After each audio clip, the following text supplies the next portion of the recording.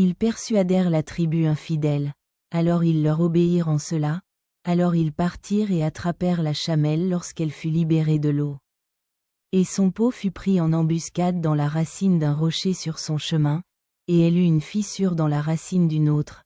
Alors elle passa sur une fissure et il lui tira dessus avec un flèche. Et une fille du mouton d'Unaïssa est sortie et a ordonné à sa fille, et elle était l'une des personnes les plus belles.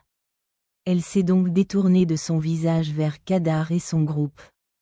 Et Kadar l'a serrée avec l'épée autour de son cou, alors elle est tombée au sol et a gémi avec un chiffon, l'avertissant de mordre, puis il lui a poignardé le cœur, l'a massacrée.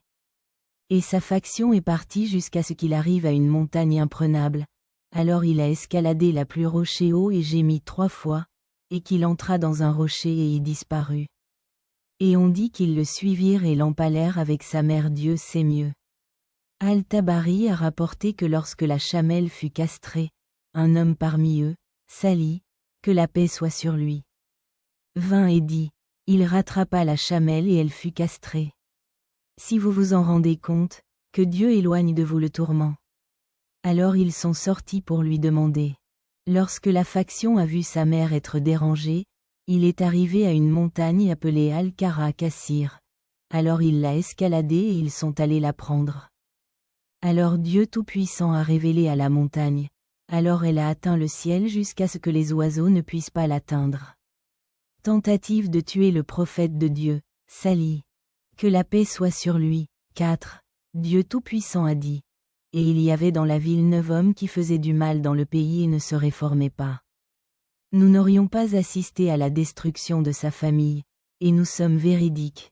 Souraté en Amel, 48 à 49, ces 9 étaient les grands des habitants de Médine. Et ils répandaient la corruption dans le pays et ordonnaient la corruption. Et il a été rapporté que ces 9 personnes, alors qu'il était dans la poitrine des 3 jours après l'abattage de la chamelle, et que Sali les informa de l'arrivée du tourment. Ils convinrent et s'allièrent pour venir chez Sali la nuit et le tuer ainsi que sa famille qui s'occupait de lui. Et nous avons guéri nos âmes. Ibn Abbas a dit, Dieu Tout-Puissant a envoyé les anges cette nuit-là. Alors la maison de Sali en fut remplie. Alors les 9 sont venus à la maison de Sali, brandissant leurs épées. Alors les anges les ont tués volontairement avec des pierres, afin qu'ils voient les pierres et ne voient pas qui les lance. 93.